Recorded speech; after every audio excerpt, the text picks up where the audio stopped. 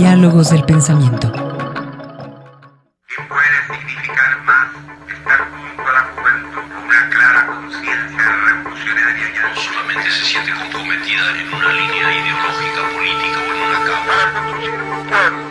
La primera condición es que uno haya salido del pueblo. Sistema Universitario de Radio presenta Diálogos del Pensamiento, un lugar de encuentro para las ciencias sociales y humanas. Reflexión, sociedad, investigación, política, análisis, lenguas, debate, historia. Bienvenidos a Diálogos del Pensamiento, el programa radiofónico del Centro Universitario de Ciencias Sociales y Humanidades.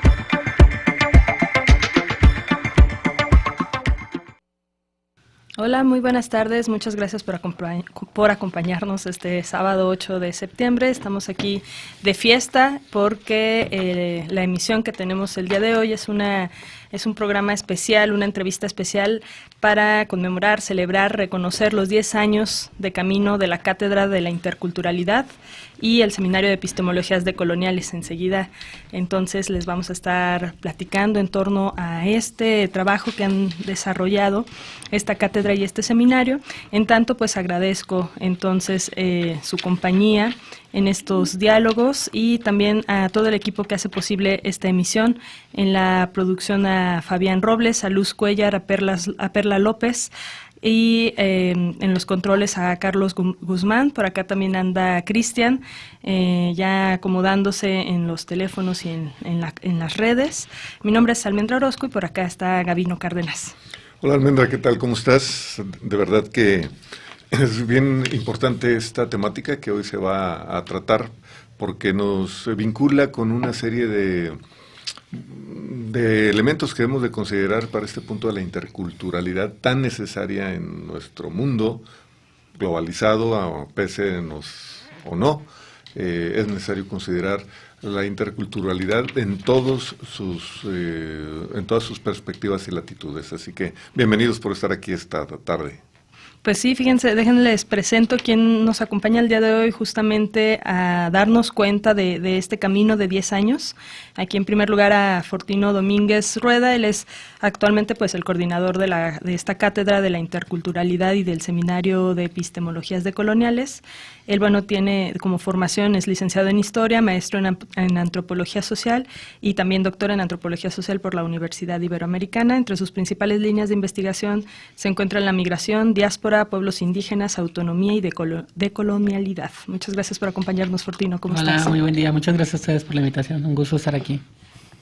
Y Gabino, nos acompaña en esta mesa Robert Carley. Él es jefe del Departamento de Estudios Sociourbanos, doctor en Historia por la Universidad de Chicago, de Estados Unidos.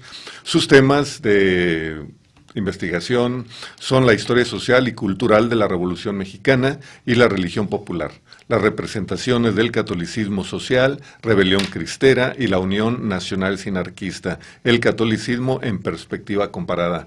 Bienvenido, Robert. Muchas gracias y un gran gusto estar aquí con ustedes. Pues Robert también ha estado muy involucrado dentro de esta cátedra y el seminario, por ello pues nos da mucho gusto que puedan venir el día de hoy a hablarnos de todo esto que han estado trabajando tan arduamente estos 10 años, y para dar inicio pues escuchemos un poco de qué se trata.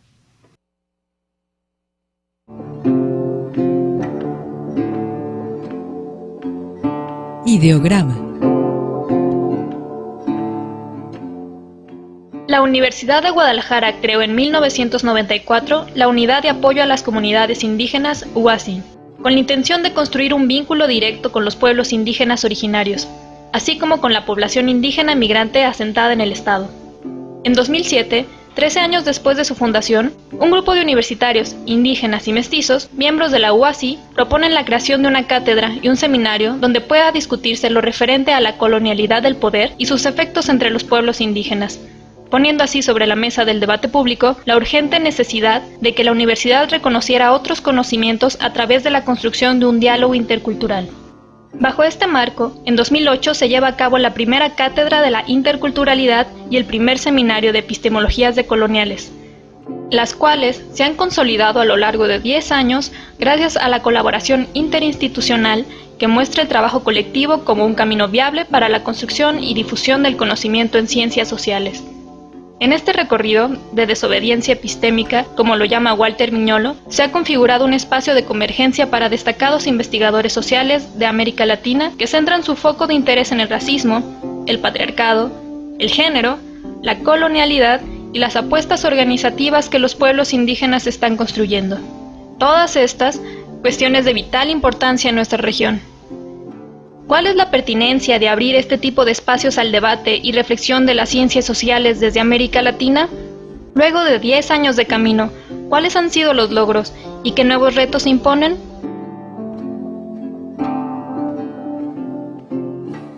Pues bueno, para empezar esta charla que se antoja bastante sabrosa en este sábado caluroso, platíquenos, recuerden cómo empezó esta cátedra. Por ahí sé que es el bebé de Fortino, pero Fortino, ¿cómo surge esta idea? Bueno, un poco como lo escuchamos en el ideograma, es una iniciativa que surge de un proceso de vinculación que la universidad tiene con pueblos indígenas. Y desde ahí surge la necesidad de hacer este diálogo entre intervención y la academia, ¿no? Las ideas. Y también tenía que ver con un proceso de escolarización que al mismo tiempo estábamos experimentando una serie de personas en la UASI. Y desde ahí surge la cátedra y el seminario, pero también tuvimos una pequeña dificultad, decirlo así, ya que estábamos en la área de extensión y por lo tanto no teníamos la competencia institucional para hacer cosas académicas. Y entonces es donde generamos un vínculo y ahí es donde Robert Curley entra con todo su cuerpo académico y bueno, toda esta serie de grupos y de personas pues se confluyen y construimos este espacio de reflexión, ¿no? Académica. Yo recuerdo muy claramente, ya hace 11 años realmente, estábamos con seminarios sobre subalternidad y estábamos discutiendo y leyendo una cuestión realmente académica en fondo, sobre los escritores de la tradición de la India y cosas por el estilo. Y llega Fortino y dice,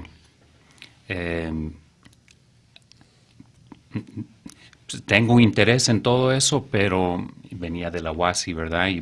Pero quiero hacer algo como más vinculado pues a las poblaciones, no simplemente académico. Y fue cuando él empezó a desarrollar pues la propuesta que llegó a ser la cátedra. Y la idea era pues lo que uno piensa, digamos, intelectualmente y lo que uno logra construir en términos de trabajo y militancia, no tienen que ser dos mundos distintos, pueden ser parte de una misma experiencia, ¿no? Cuando ustedes hablan de cátedra, sabemos lo que es una cátedra, pero no quisiera suponer, cuando se habla de una cátedra como esta, cátedra de la interculturalidad, ¿en qué consiste una cátedra? Oímos que la cátedra Fernando del Paso, que oímos que la cátedra Gabriel García Márquez, que la cátedra X, ¿no? Cuando hablamos de una cátedra en este sentido, ¿cuál es el concepto que tenemos? En ese sentido, nosotros creemos que utilizamos el espacio de la cátedra, este espacio académico, pero también de alguna manera hay una transgresión. ¿En qué sentido? En que traemos otras discusiones o actores que tal vez sí están en la academia, pero su producción tiene que ver con su militancia política, por ejemplo, ¿no?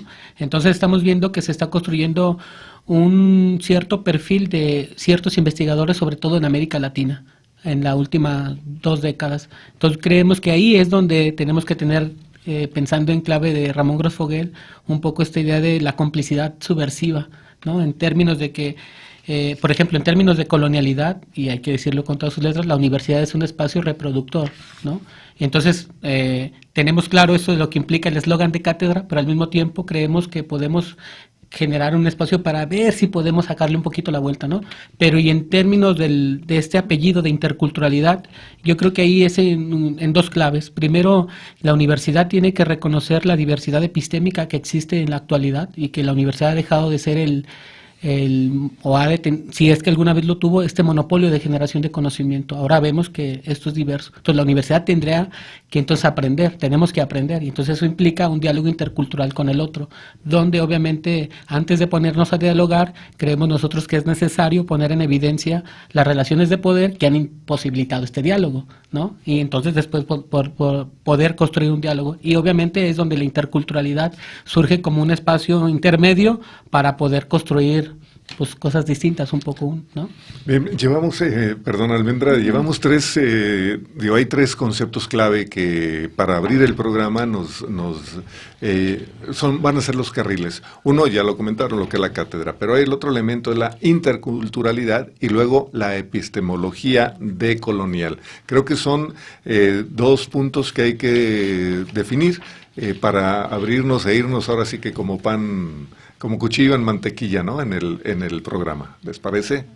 Sí, claro. Fortino había dicho que la universidad es un espacio generador, reproductor de colonialidad, de relaciones esencialmente desiguales entre etnicidades, entre razas. También ha sido un espacio, siempre un poco por su propia naturaleza, un espacio abierto. Y en parte ese problema de relaciones de poder colonial tiene que ver con inercias. Y lo que sí hay que reconocer es que en estos 10 años que hemos estado trabajando en la universidad, desde el primer año hasta el día de hoy, ha sido un espacio abierto a nosotros que nos ha permitido trabajar y que ha apoyado siempre el esfuerzo de nosotros y el programa, digamos, tanto intelectual, tanto académico como social, que estamos tratando nosotros de elaborar.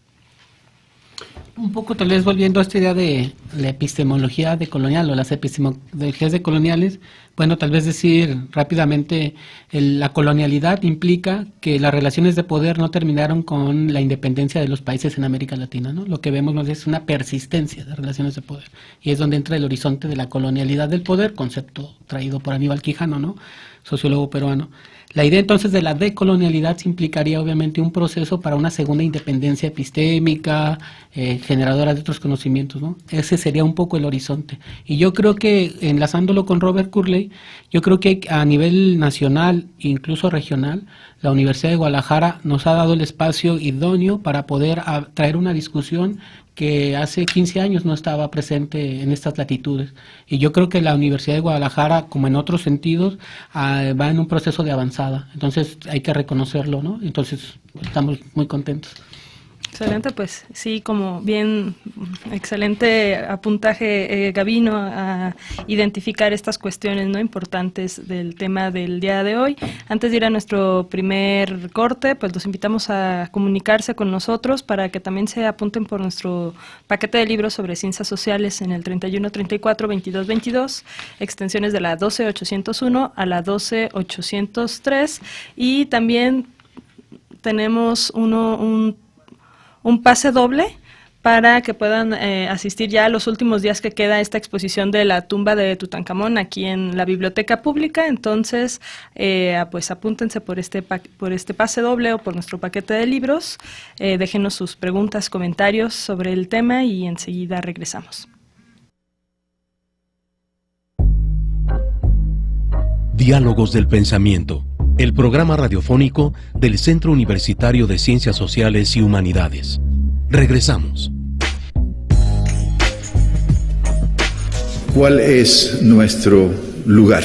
Yo diría que empecemos entonces diciendo que hoy todos habitamos la casa de la colonialidad. No hay afuera de la matriz colonial de poder. Esa casa es grande, tiene muchos pisos, y hay algunos que viven en los pisos de arriba, viven en habitaciones grandes, otros viven en los pisos de abajo, otros viven en el sótano, y las habitamos de distinta manera, digamos así. La habitamos como diseñadores globales imperiales, o la habitamos como quienes trabajamos o somos marginados de ese lugar al sótano, pero todos la habitamos. Entonces, como decía Fanon, la cuestión no es solamente descolonizar al colonizado, sino que es fundamental descolonizar al colonizador. Estamos trabajando en esa casa de la colonialidad en una esfera que está surgiendo globalmente y que yo identificaría que es la sociedad política global. El concepto viene de Partha Chatterjee. Y esa es la esfera en que yo veo opera el pensamiento, la opción descolonial. Es decir, no es que el pensamiento descolonial sea reciente. El pensamiento descolonial, como voy a explicar, surge por necesidad ya en el siglo XVI y sigue rearticulándose de distintas maneras en los siglos subsiguientes, porque las historias de las ideas, las historias de la ciencia, las historias de filosofía, las historias de las disciplinas, las carreras universitarias, fueron siempre silenciando, olvidando, marginando el pensamiento descolonial. Entonces, es ese silencio, esas ausencias, las que están viniendo ahora a intervenir. Es decir, la opción descolonial es una intervención en esas esferas del saber que se fueron constituyendo desde el Renacimiento hasta la fecha y dejando de lado todo tipo de conocimiento que no era sustentable para el proyecto de la modernidad. Entonces los relegó al mito, a la tradición, a la magia, etcétera, etcétera. El punto inicial, fundamental, es aprender a desaprender para volver a reaprender. Entonces el conocimiento, aquí la lucha por el conocimiento, es también una afirmación de la subjetividad, un volver a ser ¿qué? Pues volver a recuperar esa dignidad que le ha sido quitada. Y esta dignidad que le ha sido quitada no se consigue con armas, no se consigue con marchas a la Casa de Gobierno, no se consigue con pintar paredes y hacer mitines públicos. Esta reconquista de la dignidad es una reconquista del conocimiento, de la epistemología. Pues estamos de regreso y esto que escuchamos fue la voz de Walter Mignolo, que es un semiólogo argentino con el que inauguraron de hecho la cátedra ya hace 10 años, en el 2008, con esta conferencia que dio sobre la gramática de la decolonialidad. Y un poco, bueno, hablábamos de a lo largo de estos 10 años cómo se ha ido transformando, cómo ha ido evolucionando la cátedra, porque cuando la visitó Walter Mignolo, pues esta era cátedra de la multiculturalidad, ¿no? Ahora es de la interculturalidad. ¿Cómo nos explican este cambio en esto y en el nombre también del seminario? Yo creo que también, primero somos como presas de nuestros tiempos, ¿no? Entonces hace 10 años el discurso o el debate público era sobre cuestiones de multiculturalidad. Pero un poco como lo que mencionábamos hace rato, no solamente basta reconocer la diversidad, sino se reconocen las jerarquías de poder que hay, ¿no? Entonces la interculturalidad emergió como un espacio justamente para construir un diálogo no asimétrico, y entonces en ese horizonte quisimos caminar hacia lo intercultural.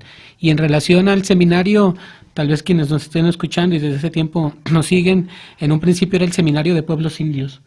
Y en un principio era porque teníamos la vinculación con pueblos indígenas de Jalisco y de México, pero también nos dimos cuenta que la colonialidad no solamente afecta al sujeto indígena, sino hay una diversidad de sujetos que están siendo racializados, las mujeres, afrodescendientes, etcétera. Y nos dimos cuenta que también está emergiendo una serie de cuestionamientos críticos desde los márgenes, podríamos decir, y que no están surgiendo solamente desde los pueblos indígenas. Entonces nos dimos cuenta que hay una diversidad epistemológica, crítica, que está irrumpiendo ahora de manera más fuerte en la academia, pero es ahí donde nos damos cuenta que tenemos que dejar de mirar solamente a los pueblos indios y entonces construir puentes de diálogo y conocer más alternativas, ¿no?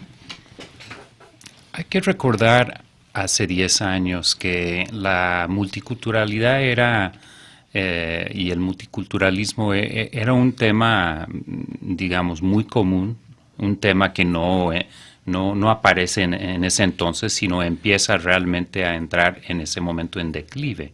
Entonces, hace 10 años cuando empezamos, también de cierta manera nos faltaba lenguaje para lo que queríamos hacer. Estábamos como todos, como Mignolo mismo, aprendiendo cosas nuevas en ese momento. Y el problema con el multiculturalismo era la forma como se había vuelto parte de una serie de políticas públicas que tenía que ver con estados-nación, con gobiernos que trataban de llegar, digamos, a una sociedad donde se reconocía que hay mucha diferencia cultural y étnica y que hay que ser tolerante y todo eso estuvo bien, pero era muy limitado y nosotros a través de ese primer año con Miñolo, pues lo que sabíamos era que era importante ir más allá de simplemente reconocer la diferencia y decir, bueno, estamos todos bien con la diferencia, qué bueno que somos diferentes.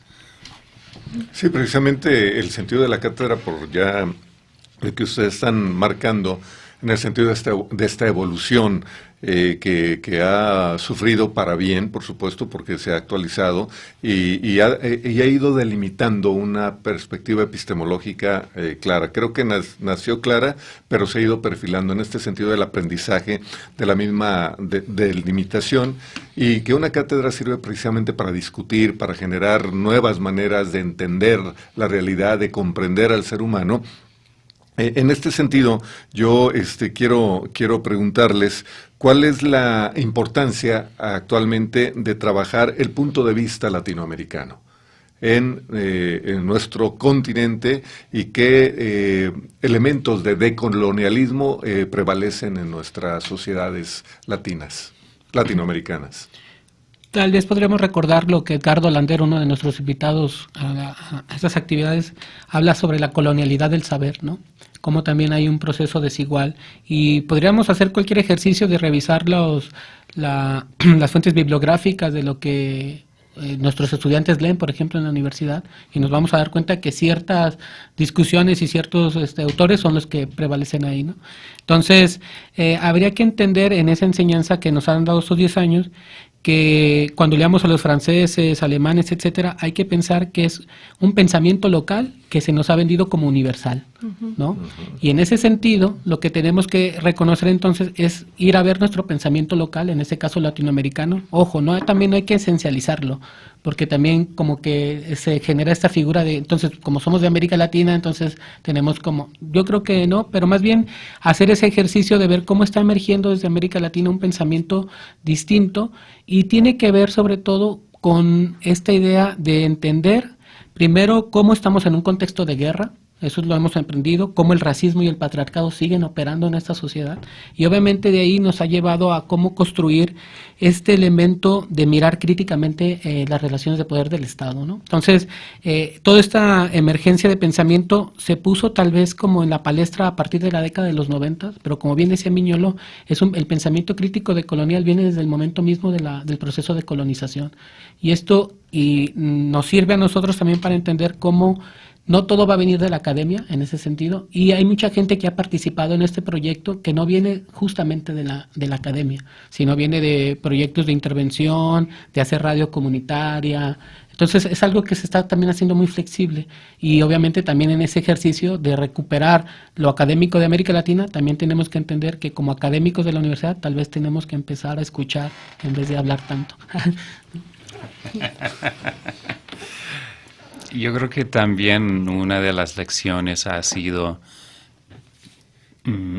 cómo es que leemos a los europeos, a los grandes pensadores, a Miñolo mismo. O sea, Miñolo es un hombre que también viene de una formación profundamente eurocéntrica. Pues él mismo lo reconoce. Entonces, pues, ¿cómo nos acercamos a esas lecturas que siempre tenían el lugar de la universalidad, y cómo las volvemos a situar como pensamientos más bien locales? Dipesh Chakrabarty, un escritor de la India, escribió hace también unos 20 años, 25. ¿Cómo le hacemos para provincializar a Europa, volverlo provincia, sacarlo del centro del mundo y pensarlo como otra provincia más en un mundo por demás diverso? Y eso nos abre nuevas vistas sobre América Latina como una serie de provincias que generan conocimiento y generan propuestas de acción que son muy interesantes. Pues muy interesante, exactamente, esa es la palabra, sobre todo lo que nos están compartiendo el día de hoy Fortino y Robert. Vamos a ir a nuestro siguiente corte recordando esta conferencia que dictó Catherine Walsh en 2009 acerca de la interculturalidad crítica y el pensamiento decolonial. Ella venía desde la Universidad Andina Simón Bolívar en Ecuador. Y vámonos al corte después. Diálogos del Pensamiento, el espacio de las ciencias sociales y humanidades. Continuamos. La intercultural crítica es un proceso y proyecto político, ético y epistémico, propuesta inicialmente desde los movimientos indígenas de la región andina. En Ecuador, la interculturalidad no viene del Estado, no viene de las entidades multilaterales o transnacionales y tampoco viene de la academia. Fue introducido a finales de los 80 como un proyecto político de cambiar la sociedad, no simplemente para los pueblos indígenas, sino para el conjunto de la población. Desde esa perspectiva requiere esta transformación de las actuales estructuras, de crear relaciones horizontales, interétnicas a través de nuevos ordenamientos sociales, políticos, epistémicos, pero también de reexistencia. Así intenta romper con la historia hegemónica de una civilización, cultura y poder dominantes para construir relaciones, articulaciones y condiciones de poder, de saber, de ser y de vivir distintas. La intercultural crítica no existe, es algo por construir, es un proceso continuo, de múltiple vía y siempre en condiciones horizontales y de igualdad. ¿Cómo conecta esta perspectiva de la interculturalidad con lo que le llamamos la matriz de poder colonial? Entendemos que para muchos pueblos originarios de las Américas, la colonialidad no es un término introducido desde la academia, sino que es algo que ellos han venido llamando y luchando en contra de por siglos. La colonialidad del poder es este uso que mencioné hace un momento de la idea de raza como patrón de poder y de clasificación social jerárquica, con el blanco encima, normalmente el blanco europeo o estadounidense como modelo ideal, y siempre como hombre. Es importante pensar cómo el género también juega en eso. El mestizo ahí por medio y la manera que se va blanqueándose mejor, y siempre el indio y negro en esta escala más baja. Antes del proceso colonial, los pueblos originarios, nadie se llamaba indio. Eso es una palabra impuesta, una manera de homogenizar los pueblos, igual con los pueblos afrodescendientes, de llamarlos negros por color de la piel y no por cultura, ¿no? Es una manera de negar la gente.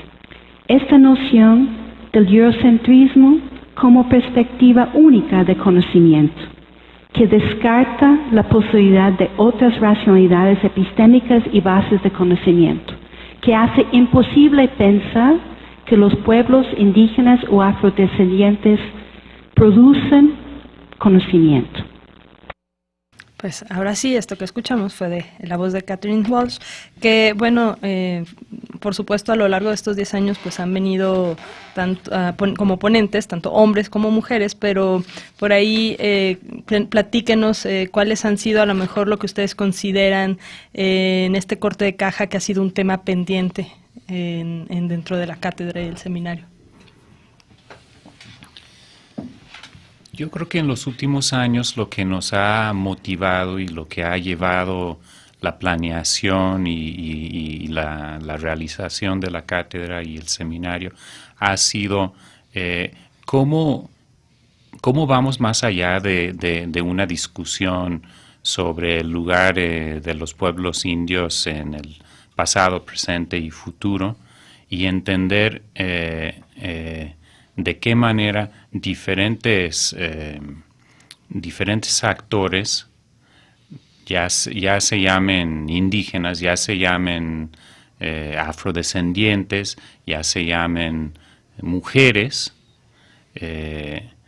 y de ahí pues puede derivarse toda una serie de marginados en nuestras sociedades. ¿De qué manera están presentes y de qué manera han estado presentes o más bien ausentes en espacios como la universidad? Y entonces, por un lado, tratamos, y tal vez tú podrías, Fortino, hablar sobre el peritaje de Rita y a lo mejor el de Tonalá, no sé. Por un lado estamos buscando, digamos, por dónde va nuestro trabajo afuera del aula, afuera de la academia, y por otro lado es qué es lo que nosotros representamos a través de la cátedra al interior de la academia. Y hay imágenes muy fuertes, como la que tendremos este año al abrir el recinto del Paraninfo universitario Enrique Díaz de León a Gladys Utzul, una maya guatemalteca. Bueno, un poco como la pregunta de Almendra, yo creo que también hay que reconocer que en esos 10 años, en este corte de caja, también estamos viendo como algunas cosas que fueron sucediendo. Y una enseñanza que hemos visto es cómo en un principio empezamos con puros hombres. A lo largo del tiempo hemos podido tener paridad en ese sentido, pero sí lo que hay que recalcar es que durante los últimos 3 años han sido mujeres las que han venido, y no solamente por una cuestión de cuota o algo así, sino porque creemos ampliamente que en esta ciudad, en este país, continente y en este mundo, el sujeto político de las mujeres está emergiendo muy fuerte. Entonces tenemos que tener ahí atención, ¿no?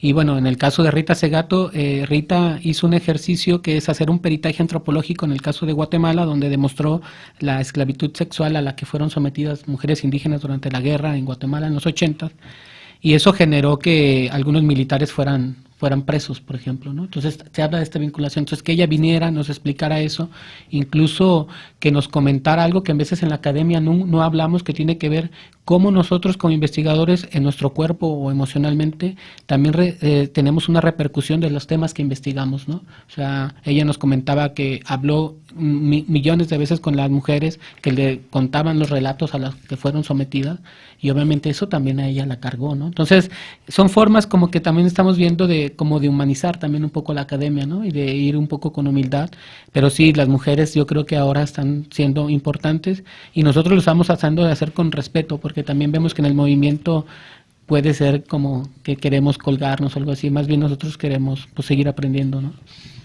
Creo que esto que han comentado acerca de retomar y recuperar en la universidad espacios y ser voz y abrirlos para esos otros nutrientes no académicos de los cuales la academia ha de nutrirse, es decir, porque de lo contrario estaríamos como en dos marcos y en dos esferas distintas si es que la academia no nutre con los actores sociales, ¿no?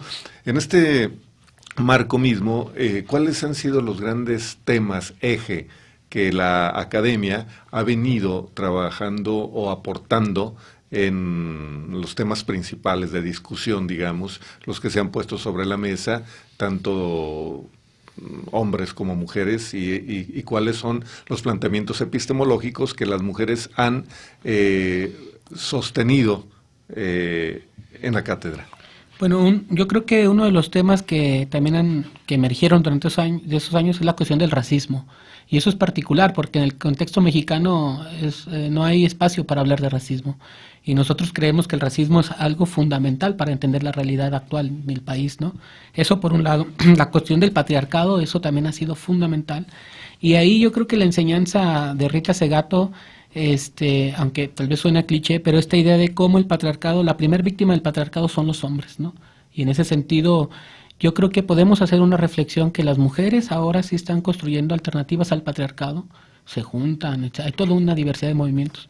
No sé si los hombres estemos haciendo eso.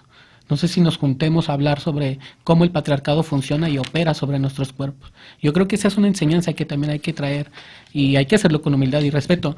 Pero creo que esos dos ejes nos posicionan para ver cómo la guerra en este país se está reproduciendo. O sea, yo tengo la impresión de que después de estos 12 años de guerra, el sujeto patriarcal que ha proyectado el narcotráfico, por ejemplo, se ha adherido a una gran gente en esta ciudad, por ejemplo, y entonces vemos cómo, por ejemplo, el feminicidio se está disparando, pero tendríamos que ver cómo eso está operando con los cuerpos de los hombres, por ejemplo. Entonces, yo creo que por ahí esas dos cosas han sido para nosotros muy interesantes en ese sentido. Estuve recordando mucho las lecciones del año pasado cuando vino Mónica Moreno de Cambridge University en Inglaterra. Mónica es una tapatía, es una mujer de aquí de Guadalajara que se hizo doctor en sociología, antropología, en sociología en Inglaterra. Es una mujer negra de la ciudad de Guadalajara. Digamos, es exactamente como el antisímbolo de lo que es Guadalajara, y vino a poner sobre la mesa para discusión de todos nosotros el problema de pensar en el mestizaje y de qué manera tenemos un culto al mestizaje en México que nos lleva a considerar que, pues, por ser un país mestizo, pues no somos racistas. ¿Cómo vamos a ser racistas? Todos tenemos sangre india o algo por el estilo, ¿no?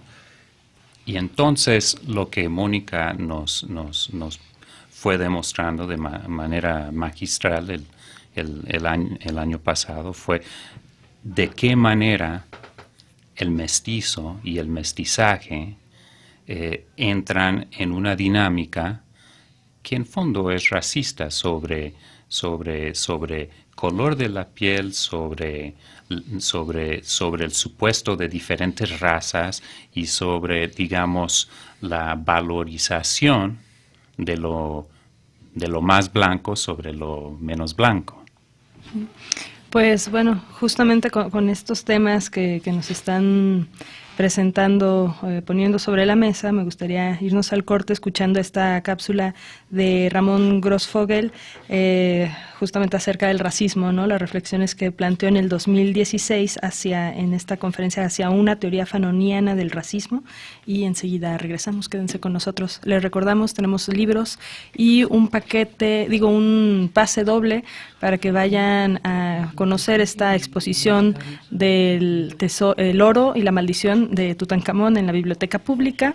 Ya está por retirarse esta exposición, entonces no se la pierdan, apúntense por este pase doble 31, 34, 22, 22, extensiones de la 12-801 a la 12-803. Regresamos. Hay prácticas racistas porque se privilegian unas poblaciones y hay prácticas racistas porque se inferiorizan otras poblaciones y se practica una violencia sistemática contra esas poblaciones.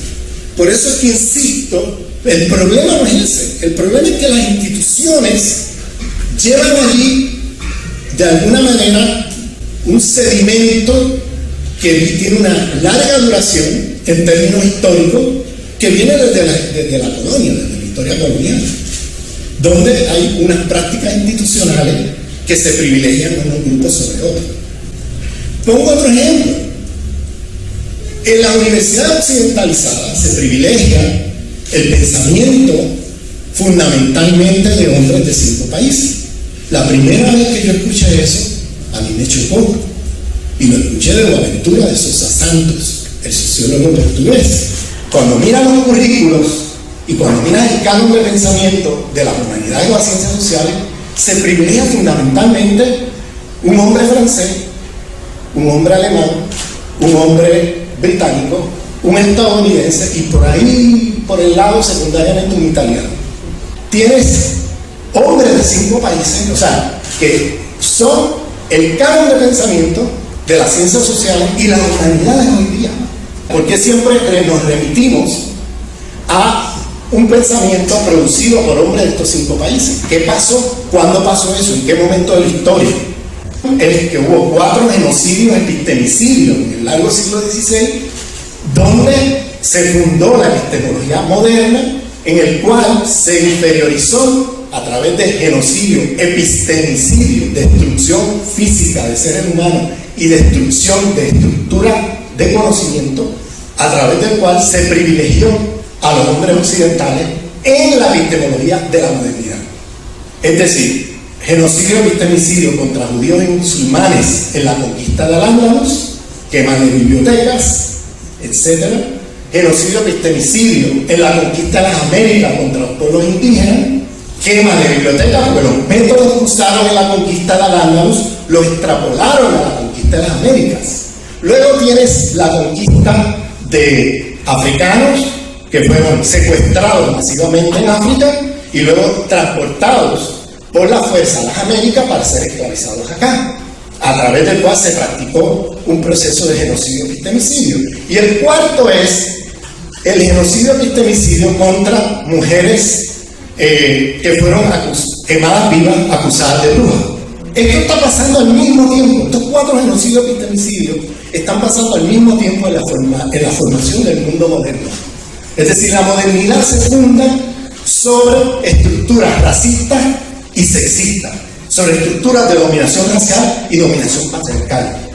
No es solamente capitalista, es que es también patriarcal y racista al mismo tiempo.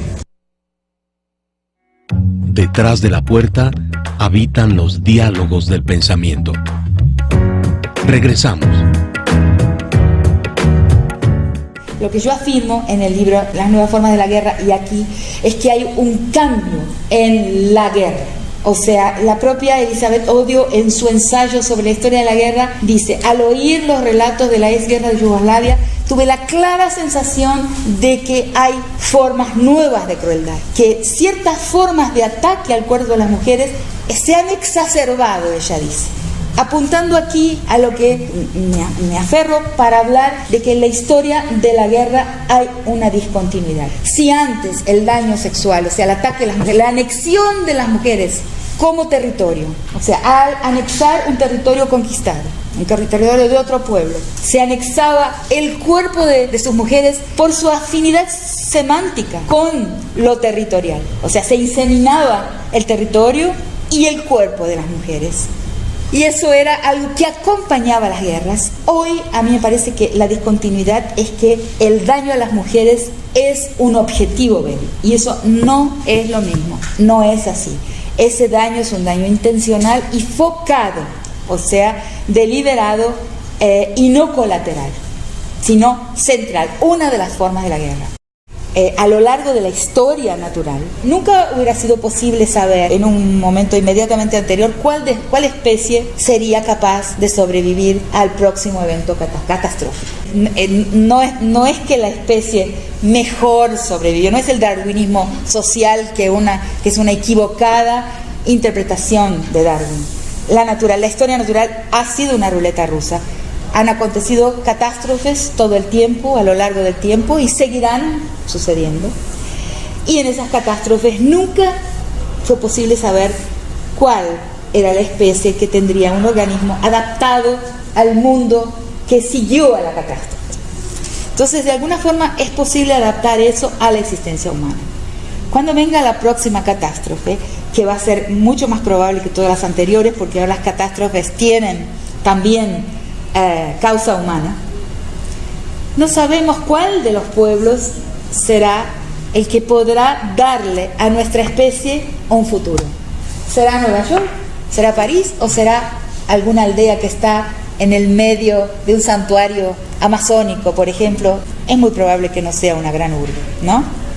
Por eso, la extinción de aldeas, la desconstrucción de los mundos, de los pueblos, de las aldeas indígenas, de los pueblos indígenas, la imposibilidad de su continuidad es un ataque a la especie en un sentido muy concreto y pragmático. Es un crimen contra la humanidad, pero no en un sentido beneficente, no en un sentido humanitario. Es un crimen muy concreto y pragmático contra la posibilidad de una humanidad futura. Esto que escuchamos fue de Rita Segato, esta conferencia de peritaje antropológico en Guatemala que realizó en el marco de la cátedra en el 2016, y pues ya nos comentaban un poco a partir acerca del aporte, ¿no?, de Rita Segato en los bloques anteriores.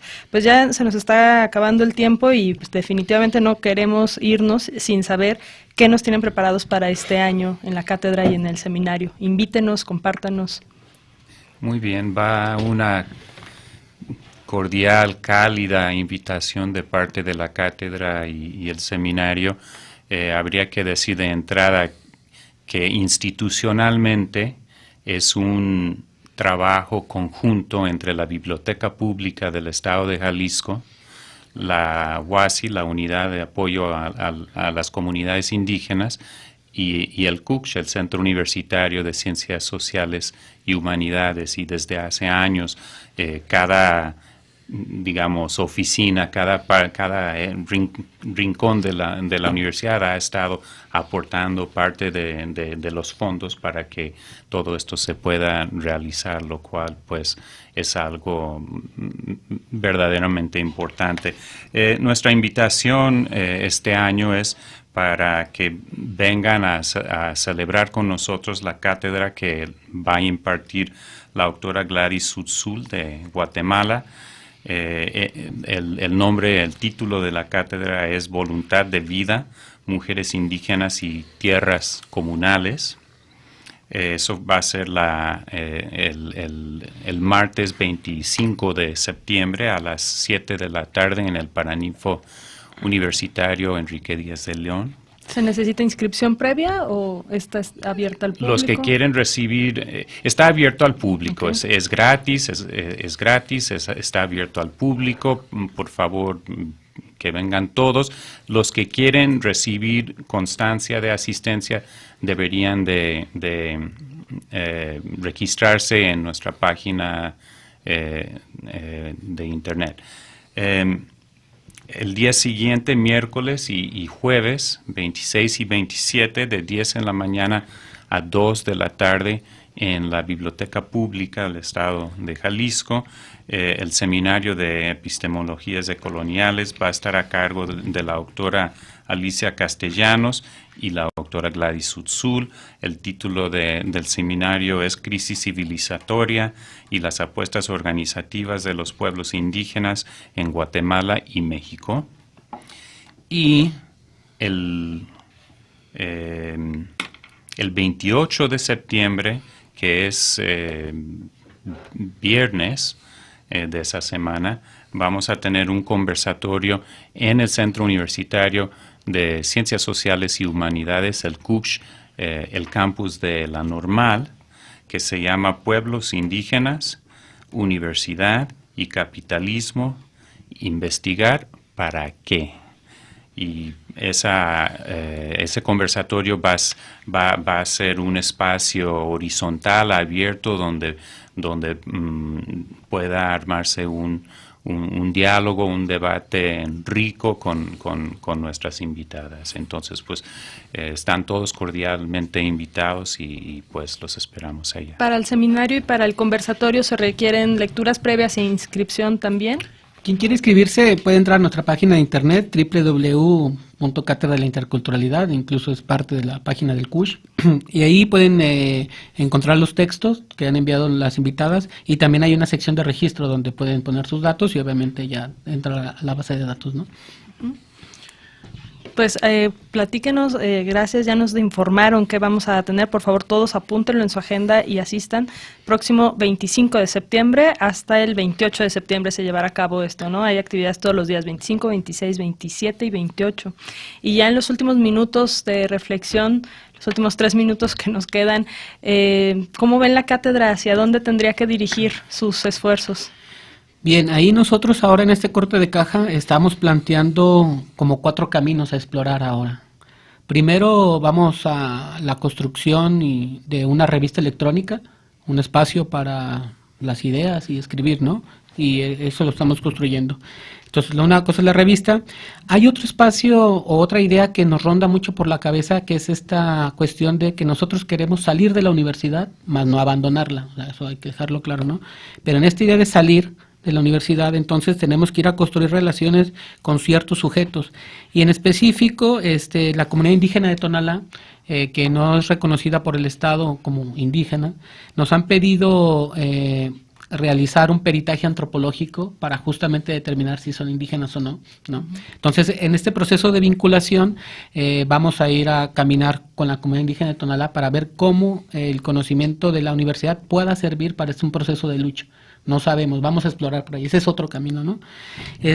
Otro tercero que estamos viendo que es muy interesante es toda la cuestión de lo visual, ¿no? Y en ese sentido queremos armar una colaboración con un laboratorio llamado Labia, que es un laboratorio de medios visuales, donde el doctor David Flores Magón lo dirige junto con un equipo, y ahí la idea es empezar a construir visualmente estas historias subalternas de la ciudad, por ejemplo, de la otra Guadalajara, podemos llamarlo. Entonces también queremos ir a ver esta cuestión del video, porque nos damos cuenta que la cuestión escrita también tiene unas limitantes, ¿no? Entonces más bien queremos abrirnos. Y un cuarto camino es lo que ya incluso estamos ahora armando, que son como talleres en distintos sentidos sobre, por ejemplo, en Tonalá tenemos pensado hacer algunos talleres de descolonización o de recuperación de la memoria histórica, etcétera, ¿no? Entonces, todo eso es como estamos ahora tratando de salir ahora de la academia un poco para ver cómo construimos ese diálogo, ¿no? Y entonces esa es un poco la apuesta, esos 4 caminos, a ver